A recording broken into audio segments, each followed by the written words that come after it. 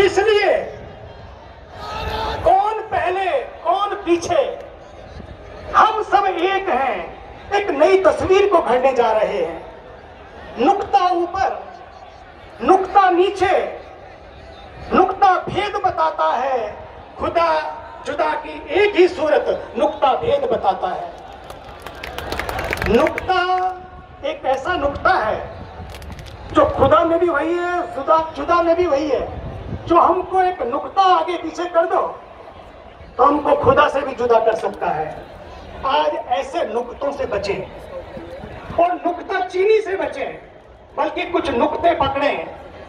वो नुक्ते हैं अपने वतन को बचाने के, वो नुक्ते हैं अपने पर्यावरण को बचाने के, वो नुक्ते हैं अपने पानी को बचाने के। पानी नहीं बचेगा तो वजू भी नहीं कर पाएंगे, मंदिरों में पूजा भी नहीं होगी। ये मिशन लाइफ, क्लाइमेट चेंज और ग्लोबल वार्मिंग के जो मुद्दे हैं, हम सब उसके लिए काम करें, पानी के लिए काम करें, पेड़ों के लिए काम करें, पहाड़ों के लिए काम करें। ये सब बचेगा तो बहुत कुछ बचेगा। आज इस सब के बाद एक संकल्प होने जा रहा है। उस संकल्प को जब हम करेंगे, आप देखेंगे आज का वही संकल्प ही इस देश की तकदीर को बदल देगा और इस देश की तस्वीर को बदलेगा। वो संकल्प हम सब मिलकर करेंगे। समय आया है कि मैं चाहता हूं ये देश बहुत जल्दी ही पूरे विश्व में नंबर 1 तो है, नंबर 1 है, लेकिन मुसलमानों की भी संख्या नंबर 1 होने जा रही है इस देश में। पूरे विश्व में जितने मुसलमानों में सबसे ज्यादा मुसलमान यहां होंगे। अभी दूसरे नंबर पे हैं आप, लेकिन नंबर 1 होना बड़ी बात नहीं है। बड़ी बड़ी चीजें खड़ी करना बड़ी बात नहीं है, लेकिन इस वतन को बढ़िया कैसे बनाया जाए, बात नंबर की नहीं है। इस वतन को बढ़िया कैसे बनाया जाए, वो तभी होगा जब हम सब मिलकर खड़ी हो रही नफरत की दरारों को भरेंगे, दीवारों को तोड़ेंगे और दिलों को जोड़ेंगे। दिल जुड़ेंगे तो केवल दिल्ली नहीं बल्कि दुनिया भी जुड़ जाएगी, दुनिया भी जुड़ जाएगी। इसलिए मुसलमानों को खासकर, क्योंकि मैं जहां भी जाता हूं, अभी मैं परसों रात को ही आया, अमेरिका में था, एक ड्राइवर मेरे जो मुझे ड्राइव कर रहा था, उसने पूछा आप कहां से आए हैं? मैंने कहा मैं भारत से ऋषिकेश से आया हूं। उसने कहा मैं पाकिस्तान से हूं। तब उसने कहा कि दुआ करिए कि जो पाकिस्तान में हो रहा है वो किसी देश में ना हो, दुआ करिए जो टर्की में हो रहा है वो कहीं ना हो। मैंने कहा, मन में सोचा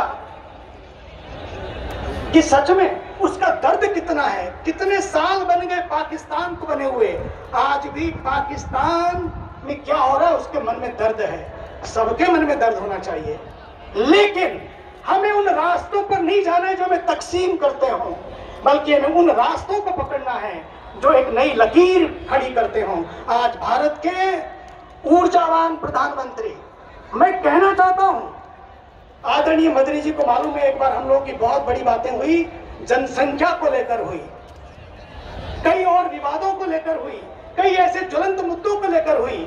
तो मैंने उन्हें कहा एक बार मुलाकात होनी चाहिए, और मैं आपको बताना चाहता हूं वो एक ऐसे शख्स हैं जो भारत के लिए सोचते हैं और सोचना भी चाहिए। और खासकर मैं कहना चाहता हूं कि आज समय आ गया है कि भारत में कि नहीं पूरे विश्व में अगर किसी को कोई मिसाल पेश करनी हो, उनको जाकर कहना चाहिए जाइए देखिए और भारत के मुसलमानों को देखिए। ये मिसाल कायम करनी होगी और इसके लिए थोड़ी कुर्बानी भी देनी होगी। उसके लिए हमें कुछ ऐसा करना होगा कि हमारी वजह से किसी भी तरह से कसाब भी आए तो चले गए, कलाम भी आए तो चले गए, एक की कब्र का भी पता नहीं है और एक की कब्र पर आज भी लोग फूल चढ़ाते हैं, आज भी लोग मिलने जाते हैं। तो हमें इस देश को कसाब के लिए नहीं बल्कि कलाम जैसे लोगों के लिए खड़ा करना है, ताकि हजारों कलाम इस देश में पैदा हो और एक नया कलमा पढ़े, एक नया कलाम दे, और वो हो एकता का कलाम, एकता का कलमा। और उसके लिए हम सबको जागना होगा, पढ़ना होगा। पढ़ने के पद पर शिक्षा, इकरत, इकरत और इकरत, यही तो संदेश दिया था फरिश्तों ने। आइए इसी संदेश को लेते हुए कि इकरत और एकरत, पढ़ो और इस देश को एक रखो, इसके लिए आइए आप सब मिलकर हाथ खड़े करके कि हम एक हैं, एक रहे, हाथ खड़े कर ले सब लोग। हिंदुस्तान, हिंदुस्तान, हिंदुस्तान। धन्यवाद।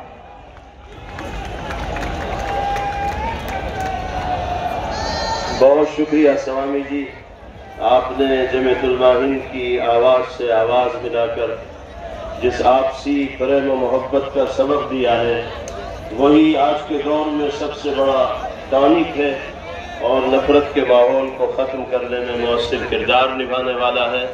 माहौलियात के तहफ़्फ़ुज़ की जानिब आपने तवज्जो दिलाई, ये भी बहुत ज़रूरी चीज़ है और इस पर अमल होगा। मैं अब दरख्वास्त करता हूँ अपने दूसरे मेहमान जनाब आचार्य लोकेश मुनि जी से, जो सदर है अहिंसा विश्व भारती के, हमारे दरमियान तशरीफ लाए हैं और जैन